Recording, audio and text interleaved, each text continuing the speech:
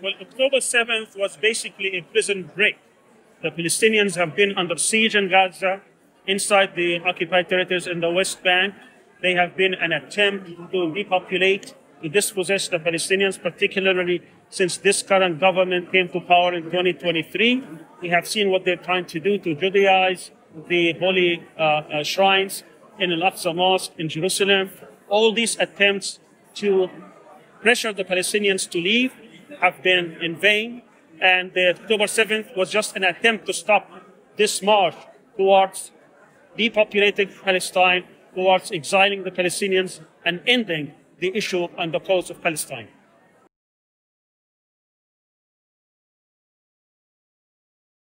I think it's very clear that the International Court of Justice has given clear warning that what's going on today in Palestine is a process of genocide.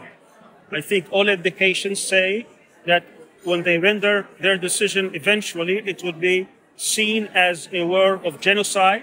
We have seen all the elements of genocide taking place in Palestine. They have been the ethnic cleansing taking place.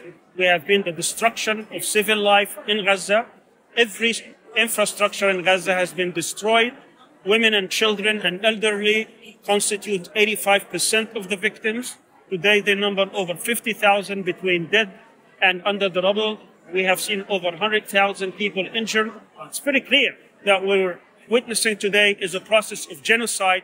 And I think they will come back and say this is a genocide, a genocidal campaign, and that those people who perpetrated it must be held accountable.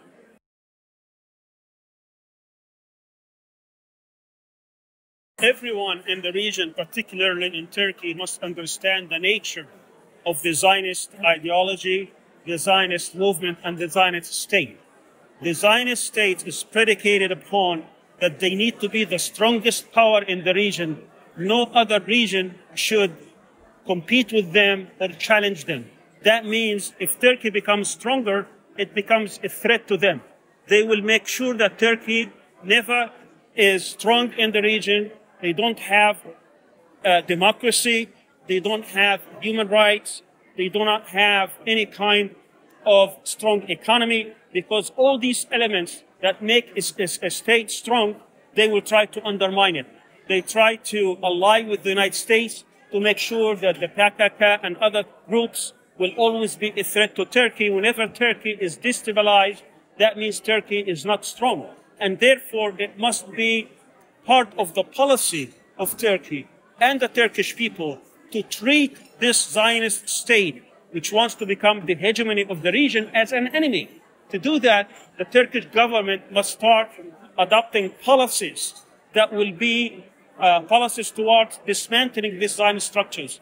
Palestinians will never regain their rights unless the Zionist structures are dismantled there. We are facing a supremacist, racist, apartheid-like state, and this would be a danger not just upon the Palestinians, but the whole region.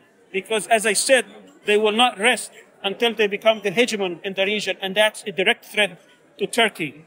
Turkish government needs to adopt policies such as total ban on any commercial products going to Israel or coming from Israel.